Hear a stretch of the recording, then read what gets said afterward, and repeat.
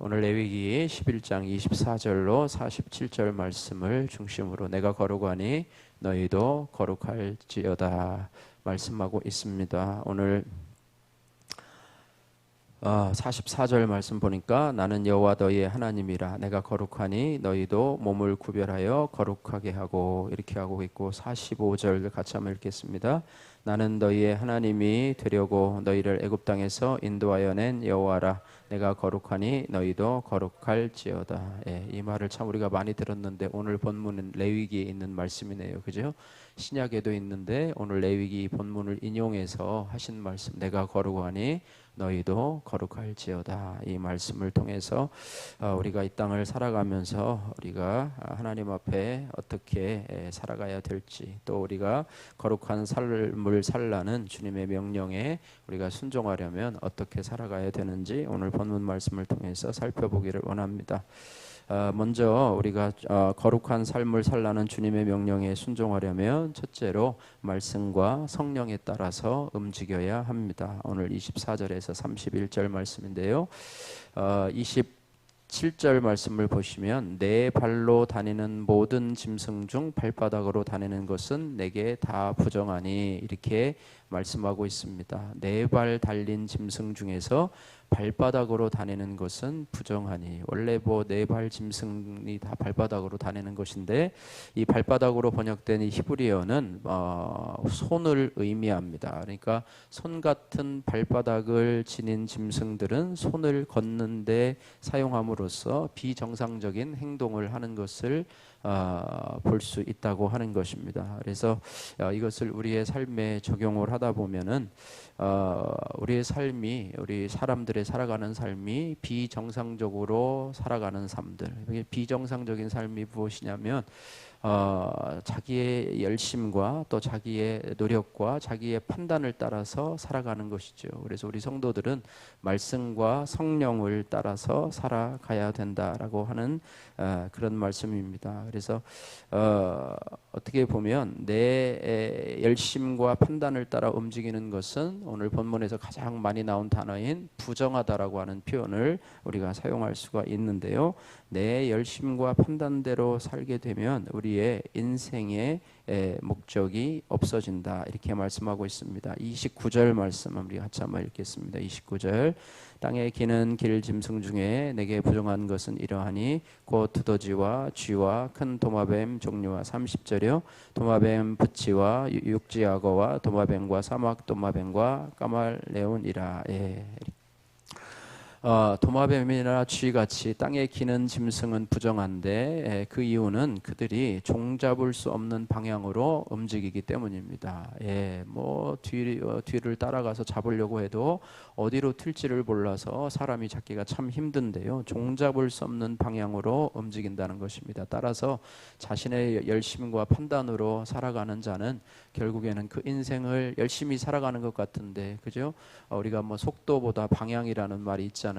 빨리 가기는 가는데 방향을 예측할 수가 없어서 도대체 인생의 목표를 어디다 두고 살아가는지 모를 정도로 아침부터 저녁까지 열심히 살아가고 있지만 그 의미를 알지 못하는 사람과 같다라고 하는 것입니다. 그래서 우리가 말씀과 성령을 따라서 우리가 움직여야 되죠. 전에 CCC의 주요한 표현이 말씀과 성령보다 앞서지 말라, 또 말씀과 기도보다 앞서지 말라. 우리가 말씀을 통해서 인도함을 받고 또 우리가 어떤 일이 있을 때 기도를 통해서 하나님의 인도하심을 받아서 내 결심과 결단으로 살아가지 않도록 우리가 해야 하는 것입니다. 그럴 때 우리의 인생의 목표가 분명하다는 것입니다. 빌립보서 3장 14절 말씀에 그리스도 예수 안에서 하나님이 위에서 부르신 부르심의 상을 위하여 쫓아가노라. 사도 바울이 표대를 위해서 또 부르심의 상을 위해서 쫓아간다 이렇게 말씀을 하고 있습니다. 그래서 사도 바울도요, 이 온전함을 가진 사람, 구원의 확신을 가진 사람이 어떤 삶을 살아가야 되는가 이런 부분에 대한 것을요 말씀해 주고 있는데요. 사도 바울도 그 온전함을 가진 사람에게 표대를 향하여 가는 자기 마음을 가져야 한다 이렇게 말씀하고 있어요. 그것은 좀 어려운 말이긴 한데요. 하나님의 하나님의 영을 인생의 목적으로 깨닫고 순종함으로 그 속사람에 거하는 하나님의 의와 뜻을 자기 육신의 수명이 다한 날까지 표현하며 살아가는 것, 그것이 바로 구원을 이루는 것이고 사도 바울이 말하는 표대를 향하여 가는 삶이다, 이렇게 말씀하고 있습니다. 다시 말하면 자기 안에 있는 그리스도의 영, 성령을 자기 육신의 수명이 다하는 날까지, 하나님께서 그 육신으로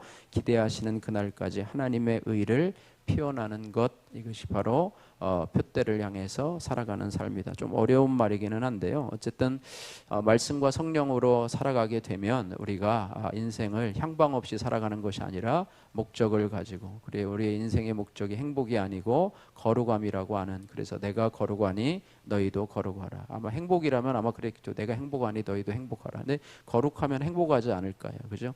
행복하려고 노력하다 보면, 행복을 따라 쫓아가다 보면 세상의 재미와 향락과 쾌락을 쫓아가다 보니까 결국에는 타락하게 되고 행복도 날아가게 되는 그런 경우가 있습니다. 그래서 거룩을 추구하다 보면 그 안에 주님께서 우리에게 주신 그런 참된 행복이 우리 안에 있게 될 것입니다. 적용의 말씀입니다. 나는 말씀과 성령을 따라 움직입니까? 아니면 내 열심과 판단에 따라서 움직입니까? 이런 부분들 한번 적용해 보시기 바라고요. 두 번째로, 거룩한 삶을 살라는 주님의 명령에 순종하려면 우리 안에 성령의 생수가 흘러 넘쳐야 됩니다. 32절에서 40절 말씀에는 부정함의 전파에 대해서 말씀하고 있는데요.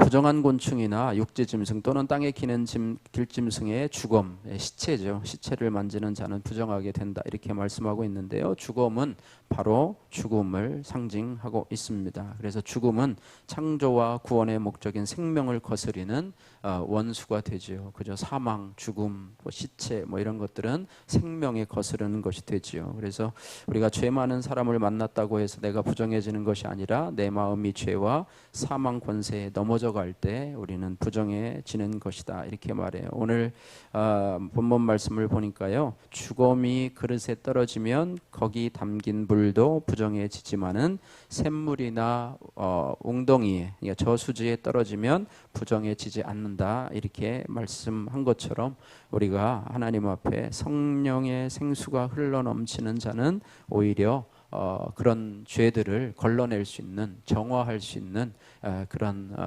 은혜가 있다라고 하는 것입니다. 그래서 성령의 생수가 흘러넘치도록 늘 성령 충만을 위해서 여러분 기도하시기를 바라고요. 첫째도 성령 충만, 둘째도 성령 충만, 세 번째도 성령 충만해. 우리가 어떤 문제를 가지고 기도할 때는요, 거기에만 우리가 매여서 기도하다 보니까 그 문제 해결에만 관심을 갖다 보니까 성령의 은혜를 간구하는데, 성령의 충만함을 간구하는 것은 저 뒷전으로 가고 내 문제 해결에만 집중하다 보니까 성령 충만하기보다는 오히려 성령 충만하지 않고 육신으로 감정적으로 충만할 때가 많이 있고요, 분노와 울분으로 가득 차 있을 때가 많다는 것이죠. 그래서 오히려 우리가 하나님 앞에 성령의 생수가 흘러넘치도록, 할렐루야.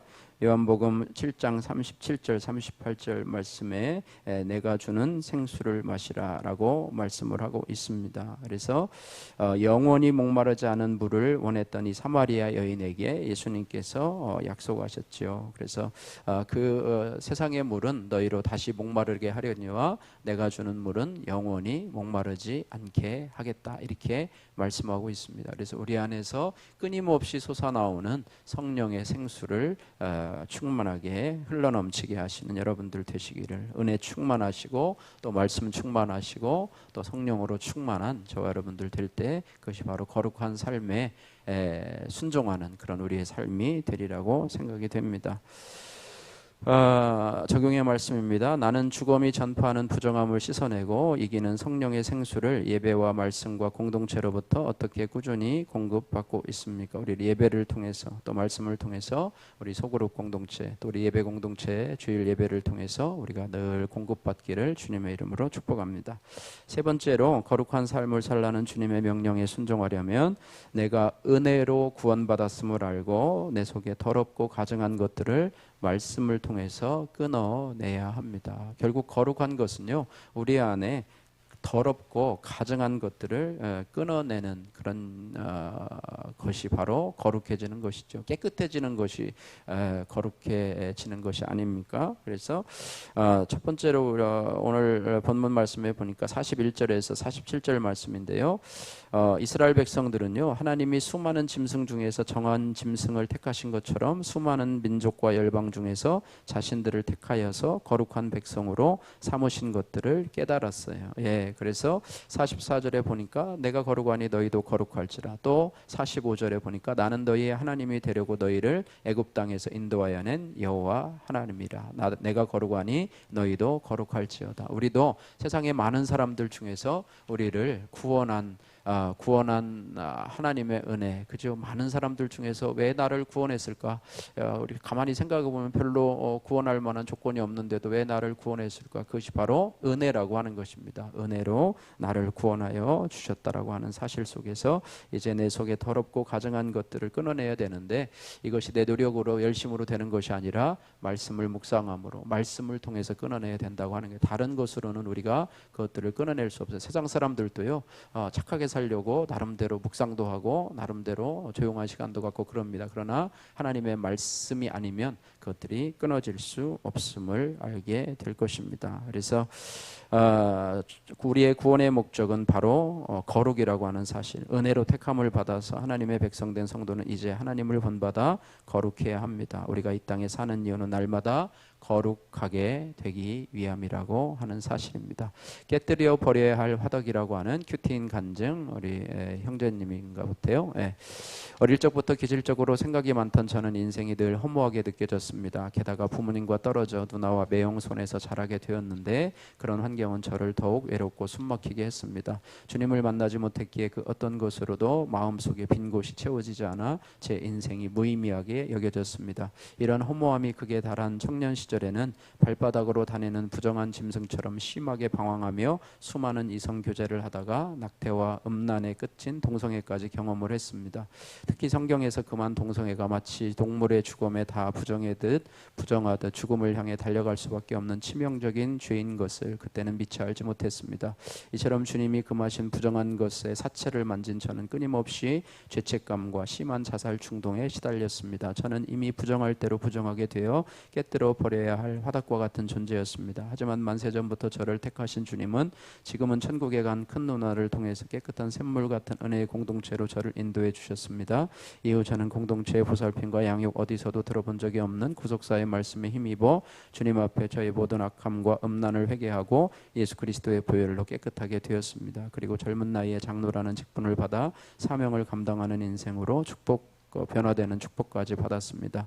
돌이켜 생각해 보면 하나님이 제게 허락하신 고난과 환경 중 그 어느 것 하나도 구원의 도구로 사용하지 않으신 것이 없다는 사실을 깨닫게 됩니다.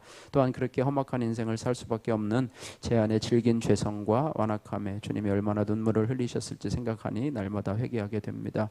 이스라엘 백성을 애굽 땅에서 놀랍게 인도하여 내신 하나님의 거룩하신 것 같이 이제는 저도 거룩한 삶을 살아내기를 소망합니다. 적용의 말씀, 일정을 정할 때 교회 직분의 사명 감당을 최우선 순위에 놓겠습니다. 매주 부부 소그룹에서 저의 죄패와 간증을 먼저 나눈 뒤 모임을 인도하겠습니다.